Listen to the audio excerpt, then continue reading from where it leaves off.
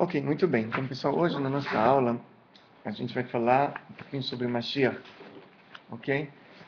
A literatura sobre Mashiach, as fontes sobre Mashiach dentro da literatura judaica, dentro da Torá, é muito extensa. Tem várias fontes dos mais diversos tipos, místico, leis e tudo.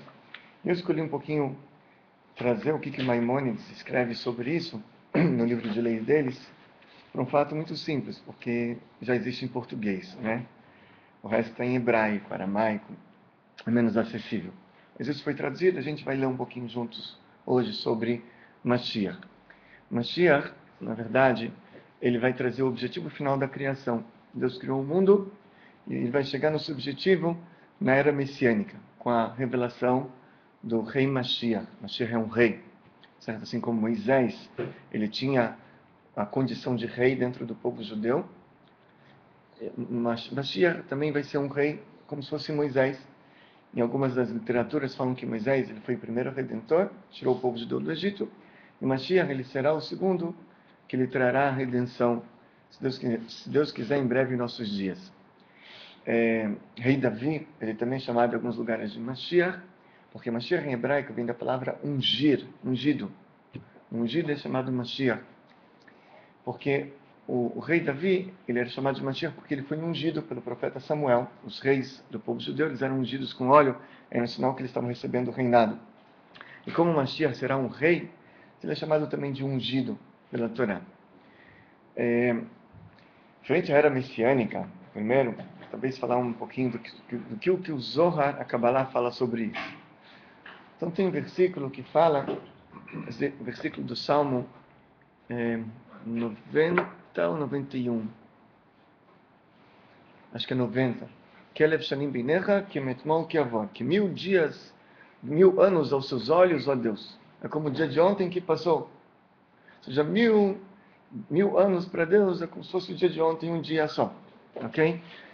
Vocês não conhecem aquela história que uma vez veio uma pessoa, virou para Deus e falou: Deus, olha, quanto que é para o senhor $1 milhão? É muita coisa para o senhor?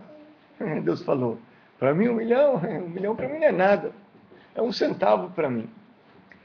Né? Então ele falou: olha, já que você não me empresta, me arruma 1 centavo seu então?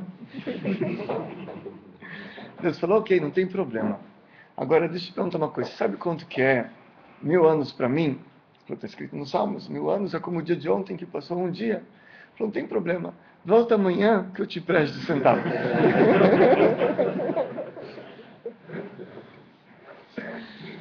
Mas, enfim, assim está escrito: 1000 anos para Deus é como o dia de ontem que passou. O tempo, a gente já sabia, a Kabbalah já sabia que era relativo mesmo antes que Einstein apareceu. O tempo é relativo, a gente já sabia isso desde que Moisés entregou a Torá. Porque existem mundos espirituais. E se Deus quiser, a gente vai aprender aqui sobre isso também. Certo? E nesses mundos, cada vez que você sobe um mundo, o tempo é mais condensado. Existem histórias de pessoas que subiram e voltaram e viram a vida inteira em 4 minutos. O tempo lá em cima é condensado. É mais... Ok? E você, cada vez que você sobe um mundo espiritual, o tempo se condensa mais, até que você chega num ponto onde lá é atemporal. Presente, passado, futuro, é tudo a mesma coisa. Certo? Deus está acima do tempo.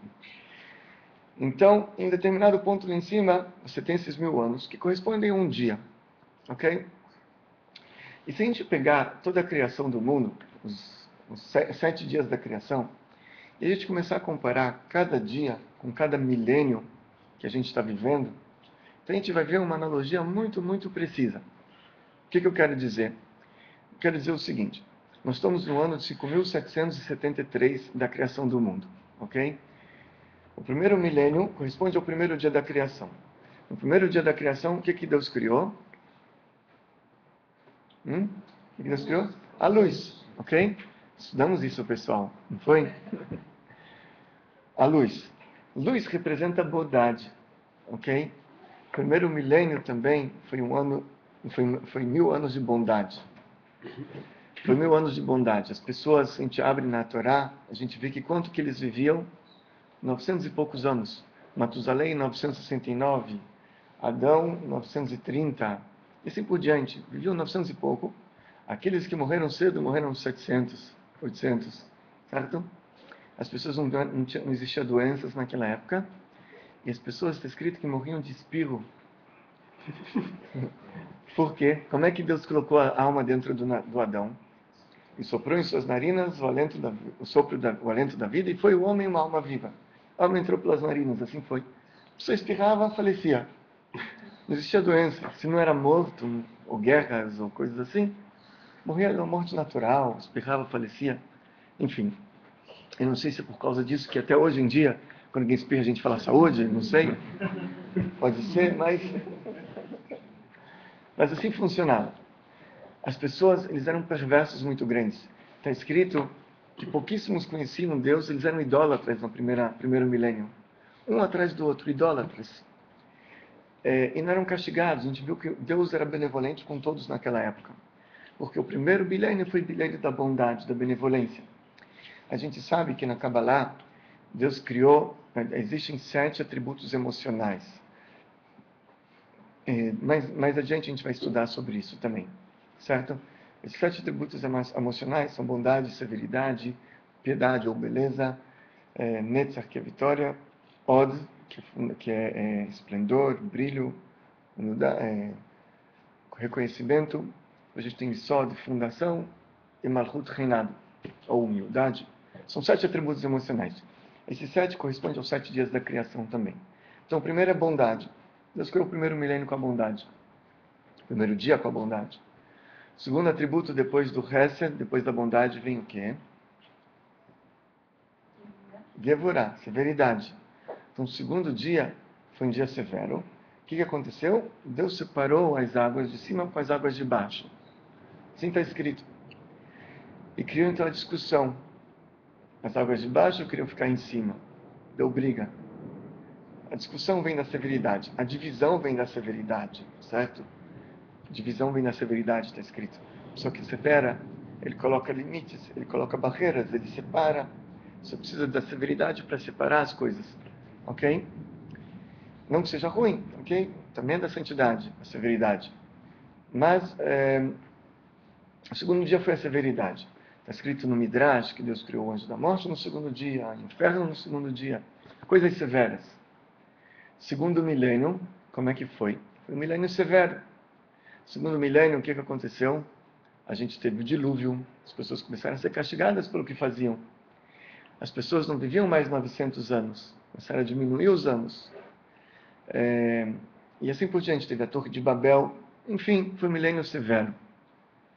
E se você pega cada milênio da criação, ele corresponde a um dia da criação. A gente pode, depois, outro dia, não é o nosso caso agora, fazer essa correspondência. Mas quando a gente chega aqui, no 6º dia da criação, no 6º dia, Deus criou o homem. Mas especificamente, ele criou o homem na metade do 6º dia, certo? Quando o dia amanheceu. E a partir dos 5 anos, 5.500, começou também nós começamos a ver a superioridade do homem sobre todas as criaturas. Ok? A inteligência, a Revolução Industrial, que aconteceu no ano de 1740 na Inglaterra, que corresponde ao ano de 5.500 no calendário judaico, foi a metade do 6º milênio, corresponde ao momento que o homem foi criado. Depois da Revolução Industrial, surgiu a Revolução Tecnológica, Digital, enfim. E o 6º milênio, o 7º milênio, o que é? O que foi no 7º dia da criação? O descanso, o Shabat. Deus criou o descanso, Deus criou o Shabat. O Shabat é conhecido, a gente pede na reza do Shabat, que Deus nos conceda no dia que será somente Shabat. Ou seja, a era messiânica é comparada a um dia que vai ser só Shabat. É um dia sagrado. A era messiânica é comparada ao Shabat. Então vocês vão falar, bom, Rabino, então a gente tem que esperar até o ano 6.000 para receber o Mashiach? Não, não precisa. Por quê? Porque primeiro existe uma lei judaica que as pessoas elas recebem o Shabat um pouquinho antes do pôr do sol. Ou seja, os judeus eles não podem esperar até o sol se pôr para começar a guardar o Shabat. Eles por lei são obrigatórios a guardar o Shabat um pouquinho antes do sol se pôr. São obrigados a antecipar a vinda do Shabat. Então, da mesma maneira como Deus também ele guarda a Torá, Ele não pode esperar até o ano 6000 para começar o Shabat dele. Ele precisa antecipar também a entrada do Shabat. Isso é o prazo final para a vinda do Mashiach. Ok? 5000 e não sei. Não 6000, um pouquinho antes. Mas isso é o prazo final. Só que também o Talmud conta que se nós temos os méritos suficientes, Deus antecipa essa redenção. Deus não espera até lá o finalzinho. Deus antecipa, traz um pouquinho antes. Assim como foi no Egito. Deus falou para Abrão que 400 anos seus filhos serão peregrinos numa terra estranha, escravos. E no final, quanto tempo eles ficaram no Egito? 210, quase a metade. Porque eles tiveram méritos e Deus antecipou, mandou Moisés um pouquinho antes. A mesma maneira funciona com a redenção futura. Tem versículo que compara as duas vão ser parecidas. Então a redenção futura também vai ser assim. Se a gente tem méritos, então Deus manda o Mashiach um pouquinho mais cedo. Não precisa esperar até 5.900 e pouco. Ok? Bom, o Rebbe de Lubavitch, ele é um tzadik, ele é um homem espiritual. Veja, a gente está falando de um homem que não é igual a gente, é um homem sagrado, um homem... a gente depois pode falar sobre ele, uma coisa assim, muito, muito especial. É um profeta da nossa geração, é o Moisés da nossa geração. O Zohar fala que a alma de Moisés entra dentro de em cada geração entra da alma de um tzadik, de um justo, para guiar a geração. E o Rebbe, sem dúvida, foi nosso Moisés da nossa geração. É o nosso Moisés da nossa geração. E ele fez um pronunciamento em 5.752, 21 anos atrás, que o trabalho já terminou, que o mundo já está pronto para receber Mashiach. E nossa função dos emissários dele, que ele enviou para o mundo inteiro, é de preparar o mundo para receber o Mashiach agora. Ou seja, ele fez umas declarações e outras também, que a gente vai ver aqui mais tarde, mostrando que nós já estamos entrando na era messiânica, já é iminente essa era messiânica, e o mundo já está pronto, e a gente só precisa preparar o mundo para isso. Ok? Então, a gente está entrando já numa era, de acordo com o Rebbe de Lubavitch, assim, na iminência de receber o Mashiach. E para isso, então, a gente precisa estudar um pouquinho dessas leis, para conhecer um pouquinho o que o Mashiach vai fazer, pois como identificar quem vai ser esse Mashiach, quem será, né? Isso o Maimônides ele traz muito bem. Então vamos lá, vamos ler algumas leis, ok? E a gente comenta um pouquinho. Capítulo 11. Desculpa, dá uma introdução também sobre o Maimônides. Maimônides, ele foi um dos grandes sábios do povo judeu, ok? Na lápide dele está escrito, ele está enterrado em Tiberíades, no norte de Israel. Na lápide deles tem uma escritura que fala de Moisés. A Moisés não teve como Moisés. Porque o nome de Maimônides era Moisés. O pai dele era Maimon. Ele é chamado de Moshe Ben, filho de Maimon. E depois ficou mais conhecido popularmente como Maimônides. O nome dele era Moisés. De Moisés, primeiro Moshe Rabbeinu, até Maimônides não teve um outro igual. E olha que nesse meio tempo a gente teve grandes tzadikim. A gente teve o profeta Samuel, teve o rei Davi, Josué, teve os grandes cabalistas, entre eles Rabbi Shimon Bar Yochai, Rabbi Yohanan ben Zakkai, Rabbi Akiva e outros. São inúmeros os nomes que a gente pode citar aqui de grandes tzadikim. E mesmo assim, escreveram isso na lápide dele. E a gente podia dizer que é só alguma coisa assim, mas o Rebbe ele traz isso, ele escreve sobre isso, confirma isso. Ou seja, Maimônides foi um homem muito grande, muito grande. Ele fez um livro, ele compilou um livro chamado Mishneh Torah, onde é um livro composto de 1000 capítulos sobre leis judaicas. Certo? E teve outros livros também. Mas nesse livro ele compila basicamente as leis judaicas, quase todas, ele abrange praticamente todas as leis judaicas, de maneira mais não tão detalhada, mas depois fizeram outras obras com mais detalhes sobre isso. Enfim. E esse capítulo 11, na verdade, é o penúltimo capítulo do livro dele, é o capítulo 999. O capítulo 998 do livro dele fala sobre Bnei Noach. E o 999 fala sobre o Messias, sobre o Mashiach, e o 1000 fala sobre a era messiânica. Ele finaliza o livro com a era messiânica. O Rebbe de Lubavitch, ele aponta, ele fala que nada é por acaso. Tudo é por providência divina. E não foi por acaso que o Maimônides colocou o capítulo 998, que fala sobre Bnei Noach, antes do capítulo 999, que fala sobre o Mashiach. Porque o último estágio, fala o Maimônides, falou Rebbe, antes da vinda do Mashiach, é o trabalho que a gente deve fazer com Bnei Noach. Por quê? Porque quando chegar Mashiach, vocês leram na reza, que o que acontecerá? Então está escrito, farei então com que os povos voltem a conhecer uma língua pura, com a qual todos possam invocar do mesmo modo o nome do Eterno para servi-lo com seus sentimentos unidos, para que todos sirvam um Deus só. Então, esse é o último estágio, falou Rebbe, antes da preparação do mundo, antes da vinda do Mashiach. Ok? Então vamos conhecer então o capítulo 999 do livro do Maimonides. Capítulo 1. Primeira lei. O rei messiânico, o rei Mashiach, surgirá no futuro e restaurará o reinado do rei David. Do rei David. Ok? Ou seja, assim como o rei Davi era rei sobre o povo judeu, assim também o Mashiach, ele vai ser um rei também sobre o povo judeu. Ele restaurará esse reinado a seu estado anterior, como era na época do Mashiach, do rei Davi, e soberania original. Se a gente não vai ter mais primeiros ministros, presidentes ou coisa assim, a gente vai ter um sistema de monarquia. Mashiach vai ser um rei. Ok? Ele construirá o santuário, ou seja, o Beit HaMikdash, o terceiro templo. Foi construído o primeiro, que foi destruído pelo Nabucodonosor. Construíram o segundo, que foi destruído pelo Titus. E Mashiach, ele vai construir o terceiro Beit HaMikdash também. E reunirá os dispersos de Israel. Ele vai levar os judeus para Israel, para servirem no templo. Aqui também a gente percebe que a disposição dessas leis também é precisa, falou Rebbe. Primeiro ele vai construir o templo, depois vai trazer os judeus de volta à sua terra. E todas as leis da Torá serão reinstituídas em seus dias, como tinham sido em tempos passados. Ou seja, hoje em dia, a Torá ela tem 613 preceitos, como nós não temos o templo, não temos o sistema de rei, monarquia, e nós não estamos, a maioria do povo judeu não está em Israel, então várias leis hoje em dia elas não são cumpridas. As 613, hoje em dia, se não me falha a memória, eu acho que são 369 que são vigentes, se não me falha a memória. E muitas não são, mas na era messiânica tudo vai voltar. Sacrifícios serão oferecidos no templo, no Beit HaMikdash.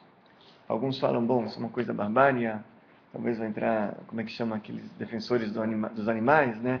Sociedade Defensora dos Animais, vai falar que isso, na verdade, assim, aquilo que Deus manda é o melhor que pode existir. Se Deus ele fala para fazer isso, é sinal que isso precisa ser feito, que isso é importante e que a gente deve ser feito. Se falar o animal sofre, tem os midrashim que contam que no templo os animais sentiam a santidade, lá tinha uma santidade muito grande. Eles sentiam que o propósito do qual eles foram criados era para ser sacrificados para Deus, que a vida deles era para Deus. Então eles iam sozinhos para serem abatidos. Quando o sacerdote de manhã abria a portinha lá do local onde ficavam os carneiros, os bodes, então os bodes brigavam quem ia primeiro. Então, enfim, isso vai voltar quando chegar na era messiânica. E os anos sabáticos e os anos dos jubileus serão observados também, hoje em dia não são plenamente, como ordena a Torá.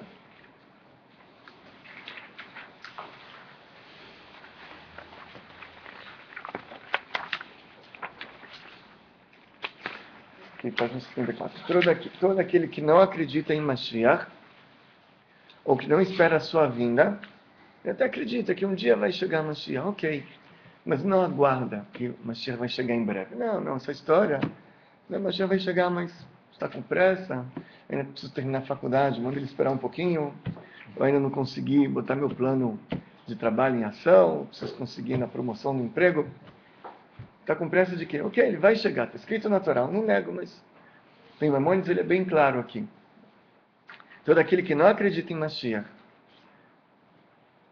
que vai chegar, certo? Mashiach, ou que não espera a sua vinda, não está aguardando que um dia ele vai chegar, está negando não apenas os ensinamentos dos outros profetas, como também os da Torá e de Moshe, de Moisés, nosso mestre. Porque ele está indo contra a Torá, porque a própria Torá, porque a própria Torá declarou sobre Mashiach, como foi dito, está escrito em Deuteronômio, Deus, o teu Deus, fará retornar seu cativeiro e terá piedade de ti. Ele vos retornará e vos reunirá de todas as nações onde Deus, vosso Deus, vos dispersou. Se os seus banidos estão no último confim dos céus, Deus, vosso Deus, vos reunirá dali. E Deus, vosso Deus, vos trará para a terra que seus pais possuíam, e vós a possuareis. Então, ou seja, na Torá está escrito isso, que Deus vai trazer a gente dos confins da terra de volta para lá. E isso não aconteceu ainda, é sinal que o Mashiach está para chegar, se Deus quiser. Então, isso é uma profecia, uma promessa da Torá, uma profecia de Moisés. Então, se uma pessoa não acredita que existe a Mashiach, que ele vai chegar, então ele está indo contra a profecia de Moisés. Até ele acredita, mas fala, vai chegar no futuro distante, vai demorar muito, ele também está indo contra a profecia de Moisés. Essas palavras explicitamente afirmadas na Torá incluem todas as afirmações messiânicas feitas por todos os profetas. Quando a gente abre os livros dos profetas, o Tanar, então lá os profetas falam muito sobre a era messiânica, falam muito sobre o Mashiach, o profeta Ishayahu, Isaías principalmente. O livro dele está cheio de promessas sobre isso. Mas isso tudo está incluso já dentro da profecia de Moisés. Uma derivação da profecia de Moisés. Então a pessoa que não acredita, ele está indo contra. Fala Maimônides. Ele traz que na Torá também há uma referência a este princípio, também na seção de Bilam. Bilam é uma seção na Torá, um profeta que não era judeu, mas ele profetizou várias coisas. Era uma pessoa muito perversa. Então você vai falar, bom, se ele é uma pessoa perversa, ele é um profeta do mal, então por que a gente acredita na profecia dele? Por que Maimônides traz? A explicação já que Moisés escreveu a profecia dele na Torá, é sinal que a profecia que saiu da boca dele é correta. Ok? A história conta que ele quis amaldiçoar o povo judeu. E quando ele abriu a boca, só saiu bênçãos.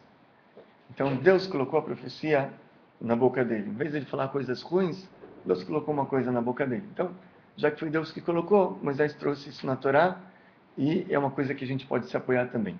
Então, o que Bilam fala? Vamos ver. Ali ele fez profecia sobre os dois Meshirim ungidos, os dois Messias. O primeiro ungido, que é o rei David, que salvou Israel da mão dos seus opressores. E o ungido final, ou seja, Mashiach, que surgirá dentre os descendentes de David e salvará Israel no final. E assim está escrito ali. Vamos ver o que está escrito. Eu vejo, mas não agora. Esse é um trecho do Bilam. Isto se refere a David. Bilam continua falando e fala, eu observo, porém não de imediato. Isto se refere ao rei messiânico, ao Mashiach. Uma estrela sairá de Jacó. Isto se refere ao rei David. E um cedro se levantará de Israel. Isto se refere ao rei messiânico. Ele vencerá os grandes de Moab, os Moabitas. Isto se refere a David, quando diz, ele derrotou os Moabitas e os mediu com uma corda. Então, o rei David, ele fez guerra contra os Moabitas, derrotou eles. Isso já estava dentro da profecia do Bilam. Está escrito que quebrará todos os filhos de Shet. Isso se refere ao rei messiânico, de quem foi dito, o seu governo será de mar a mar. Ou seja, Mashiach, ele governará de um oceano a outro, sobre o mundo inteiro. O rei David foi só Israel, ele expandiu as fronteiras, mas o Mashiach vai ser sobre o mundo inteiro. Porque, como a gente vai ver no capítulo 12, todas as nações voltarão para servir um Deus só. Então, ele vai ser rei sobre o mundo inteiro. E esse quebrará todos os filhos de Shet é muito interessante. O Rebbe, ele traz um estudo sobre isso, muito interessante. Ele explica depois o que é, talvez a gente pode fazer esse estudo aqui. O que é quebrará os filhos de Shet? Então está escrito que ele vai vencer, que ele vai matar, que ele vai fazer guerra. Assim, quebrará essas energias negativas que existem, e todos os filhos de Shet, eles vão reconhecer a verdade, eles vão se anular perante o Mashiach. Enfim, mas continuando, Edom será uma possessão. Isso se refere a David, como está escrito, Edom tornarão-se servos de David, assim foi. E Seir será uma possessão, isso se refere ao rei messiânico, ao Mashiach, como está escrito, salvadores escalarão o monte Sião para julgar o monte de Esaú. Então, ele traz mais uma prova Maimônides na Torá, que a Torá fala sobre o Mashiach. Eu pergunto por que ele trouxe só essas duas provas, ele poderia trazer outras provas, porque na primeira prova está explícito que Deus vai nos retornar do cativeiro, mas não fala sobre a pessoa do Mashiach. Na segunda, ele já traz, não está explícito que Deus vai retornar a gente do cativeiro, mas ele já fala sobre a pessoa do Mashiach, um homem de carne e osso, que vai nascer de pai e mãe, de carne e osso, e vai redimir toda a humanidade. Okay? Então, por isso que ele traz o Bilam também. Bom, depois 2. Segunda lei. No contexto das cidades de refúgio também consta. O que são cidades de refúgios? Eu vou explicar. Na época do templo existia uma lei, que hoje em dia não existe mais, que quando uma pessoa lá em Israel, um judeu, matava um outro judeu, sem querer. Ele estava subindo uma escada, a escada quebrou, tinha uma pessoa passando embaixo, morreu. E não tinha testemunhos que podiam incriminar ele, dizendo que foi intencional, ou coisa do gênero. Não tinha testemunhos, ou foi sem querer. Então, nesse caso, era o seguinte: o tribunal não teria como incriminá-lo e aplicar sobre ele qualquer pena.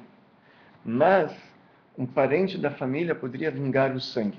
Um parente do falecido, existia uma lei que podia vingar o sangue. Ele poderia matar essa pessoa que assassinou, mesmo que involuntariamente. Para essa pessoa se salvar, ele teria que correr para uma cidade de refúgio, que existia em Israel algumas. Lá dentro ele estava salvo, ninguém tinha direito de entrar. Assim, por cima essa lei. E Deus ele virou para Moisés e falou o seguinte: quando Deus, teu Deus, expandir tuas fronteiras, tu acrescentarás 3 cidades adicionais. Ou seja, Deus prometeu para Abrão, a terra dos 10 povos. Deus falou para o Abrão: eu vou te dar a terra do Quini, Quinizi, Cadmoni, Quinitas, Quinizeus, eu não sei como é que eles traduzem na Torá, não sei se alguém sabe.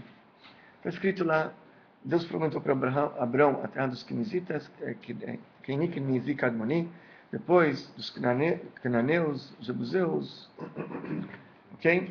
10 povos. Quando eles entraram na terra de Israel, Deus deu para Moisés somente 7 povos, que eram os povos canaanitas, do outro lado do Jordão. Mas do lado leste do Jordão, Deus o entregou para eles. Ok? Ficaram 2 tribos e meia ali, que eles pediram, mas eles queriam, Deus na verdade não mandou eles habitarem lá. E o outro lado do Jordão seriam as outras 3 tribos que não foram entregues. Isso vai ser entregue na vinda do Mashiach. Ok? Misticamente, isso também está ligado que nossa alma é composta de 10 forças, 7 atributos emocionais que mencionamos no início da aula, 3 intelectuais. Nós temos domínio sobre esses emocionais, nós conseguimos dominar, os outros 3 ainda não. Na era messiânica vamos conseguir também. Enfim, existem também aplicações místicas para isso, que é o motivo verdadeiro pelo qual Deus não deu essas tribos, as outras não deu esses 3 povos. Mas na era messiânica vai ser dada. Então Deus orientou a Moisés: quando aumentar suas fronteiras, então tu acrescentarás 3 cidades adicionais. Essas cidades de refúgios você vai colocar. O que Maimônides fala? Isto ainda não aconteceu. Deus aumentou as fronteiras e não colocamos essas 3 cidades adicionais. E Deus, o Santo bendito seja, não ordena nada em vão, fala Maimônides. Então, mais uma promessa, mais uma prova, uma promessa de que Mashiach tem que chegar e que a Torá prometeu a vinda do Mashiach. Aqui tem uma coisa muito interessante, porque por que o Maimônides traz esse acréscimo, essa prova das cidades de refúgios? Será que a promessa de Moisés sozinho não era o suficiente? Certo? Já está escrito lá na promessa de Moisés que Deus vai retornar do cativeiro. Já está escrito na fala do Bilam sobre o Mashiach. Por que Maimônides ainda precisa procurar outras provas? O que tinha de errado na promessa de Moisés? Que ele precisa trazer mais provas. Então, isso aqui, o Rebbe de Lubavitch, ele disserta sobre isso. Ele faz essa pergunta, ele traz vários comentários, ele traz para a gente a seguinte conclusão. A profecia do Moisés, ok, com certeza por si só já é o suficiente. Mas uma profecia